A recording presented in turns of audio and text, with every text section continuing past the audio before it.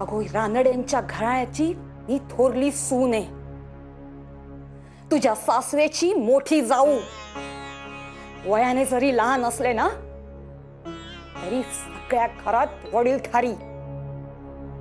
मा ओलांडल्यावर माझ्या नव्हे तर निदान या नात्याच्या तरी पाया पडायला हवे होते तूस. आता काय देखल्या देवा दंडवत मला नको. घरातल्या याच्या त्याच्या पाया पडून तू आता इथे येतेस. काही गरज नाहीये पाया पडायची. चालती हो. ताई सासूबाई चुकले मी. पुन्हा नाही होणार अशी चूक. पास झाली नाटक. तुला एकदा सांगितलेले कळत नाही का? का वडीलधाऱ्यांचे ऐकायचेच नाही असे शिकवले माहेरच्यांनी. झाले. अखेर यमुनेचे लग्न झाले. गेली पोर सासरी. आई नाही, आत्याबाई नाही, भावंडे नाहीत. एकटीच गेली मुकाट्याने. समजूतदार आहे पोर, पण माझ्या मनाची समजूत का नाही निघत आहे? आज फार फार एकटे वाटत आहे मला. उमाशिवाय, दादांशिवाय, गोपाळाशिवाय एकटा पडलो आहे मी. माधवाने रमाच नाव ठेवले हो नव्या सुनेचे. क्षणभर काळजात चर्र झालं माझ्या. माधव नांदवेल ना हो तिला नीट.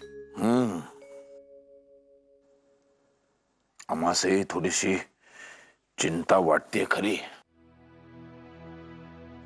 माधव अजूनही पहिल्या पत्नीच्या शोकातून बाहेर पडलेला दिसत नाही.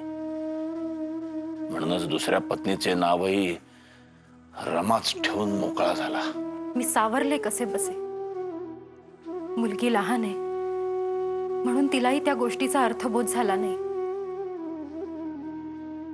पण माझी मात्र काळजी वाढली आहे. पण आपण काळजी करू नका. माधवावर आमचा पूर्ण विश्वास आहे. या शोकातून बाहेर पडेल. पार्वती, माझे एवढे छान नाव यमुना बदलून रमा का ठेवले ग? माझी आई म्हणत होती लग्नानंतर सासरी गेल्यावर बायकांचे नाव बदलतात. आता तुझेही लग्न झाले आहे ना, पण तुझेही नाव बदलले का ग? तुला तुझं नाव आवडले नाही? म्हणजे अगदी तसेच काही नाही, पण खरं तर मला हे नाव खूप आवडले. का सांग बरे? का ग? कारण माझ्या आईचं नाव उमा आणि माझं रमा.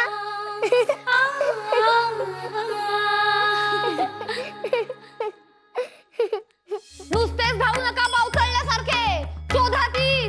कुठे गेलीये पोर काय माहिती? ताई काकू कुठेही दिसला नाही तो. नाहीच का अजून पत्ता लागला? हर हर हर हर. लक्ष ठेवावयास हवे होते. तिकडे कार्यालयामध्ये विघ्ने पार करून घरी येतो, तो इथे नवीन विघ्ने. जातीने लक्ष ठेवावयास हवे होते तुम्ही. चुकलेच हो माझे. माई माई माई, अहो रमा सापडली देवघरात. काय?